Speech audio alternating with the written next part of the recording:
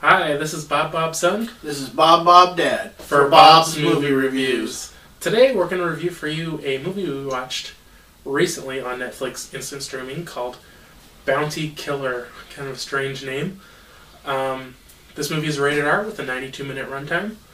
And it's basically in the future. I don't know if they said how long into the future. But all the major corporations have literally gone to war and destroyed the Earth. Or it was the whole world, basically, wasn't it? It wasn't any one country. I guess. I don't know if they went into that at all.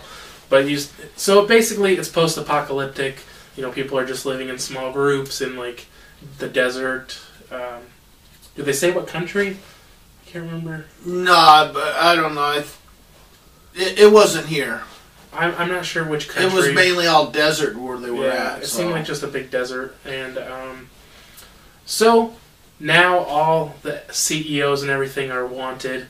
And instead of just having like a bounty, like bring them in, well, they're wanted dead only. So they have these people called bounty killers who go out to kill them. And right, there's no law. It's only the bounty killers because there is no law.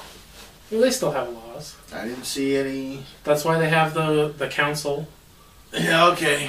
So I mean, it's not like anything goes, but the bounty killers are basically allowed to just kill all the people. There's no capturing. Yeah. You just kill them. You kill them and bring them back, and when it's confirmed that they're wanted, they give you money for it. But you have to bring their heads back too, because they don't like it if you just bring a body back with no head.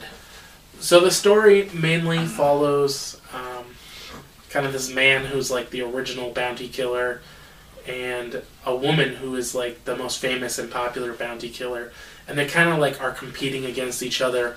But there's more to them once the movie goes on, and you know, they kind of have to go and they have to hunt these guys and kill them, and people are after them for their own reasons because there's corporations who are trying to get back in control, and you know, he's trying to fix something in his life because there's more to both of these people that I don't want to ruin the story if I tell you exactly what's going on. But I don't think you could ruin it because it's already ruined. They both have, you know, more to them than is going on. There's more than that he's just a bounty killer. There's more to her that she's just a bounty killer, and there's more to their relationship than you find out at first. And I thought it was really interesting, the cinematography on this, kind of how they filmed the whole thing and the style of it. I kind of really liked that. I thought it was very interesting the way they did this movie.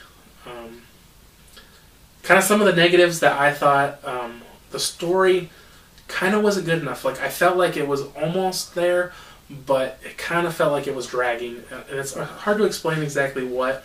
I just didn't feel like it was great. You know, I just was kind of like, it's okay. You know, not a lot of money, so the special effects were terrible. Like, sometimes it's like, you know, just don't do this if you can't afford to make it look decent. Like, there were some scenes where you could tell it was just somebody had done like a camera in a 3D animation program, and it just looked totally fake. And you know, there were a lot of over the top things that I thought kind of were stupid. But when I thought about it more, I think that the over the top stuff is more like the style of the movie. You know, everything's just over the top and outrageous.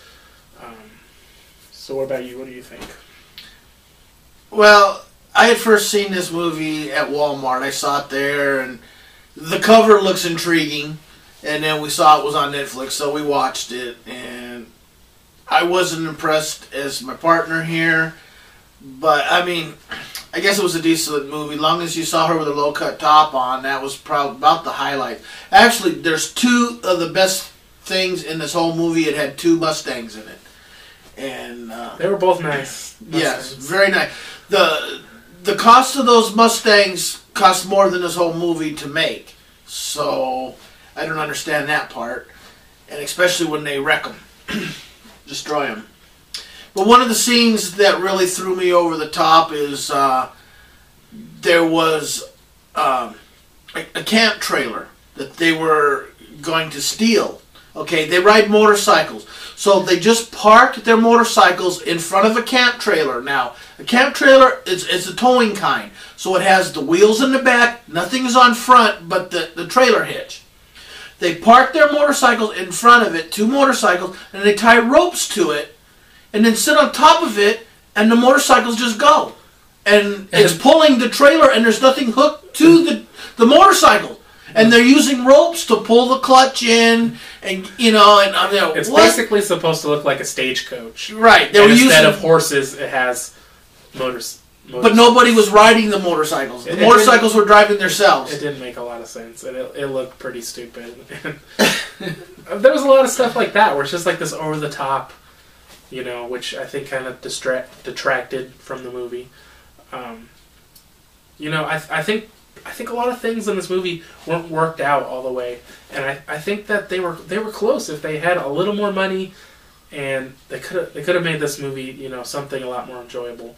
But like I said, I thought the way they did the movie was very interesting. I kind of kept wanting to like it, but it just fell short. So I think I'm gonna give it right in the middle. I'm gonna give it a 5. This movie is something you might want to see, but don't expect anything great out of it. Right. If you have Netflix, watch it on Netflix. I wouldn't recommend going and buying it. The only big name in it was Gary Busey. Oh yeah, I forgot about that. Gary Busey is in this, a smaller part. It's towards the end too. Yeah, mostly. but he is in it, and I think he had some lines in there too that were choice. Yeah, I can't remember him, but I thought he said some funny things. Well, he was part of the corporations. Like that army. Issue out the bounties or whatever. So I don't really know what he was supposed to be doing. No, because he wasn't supposed to be. It's more complicated. Yeah.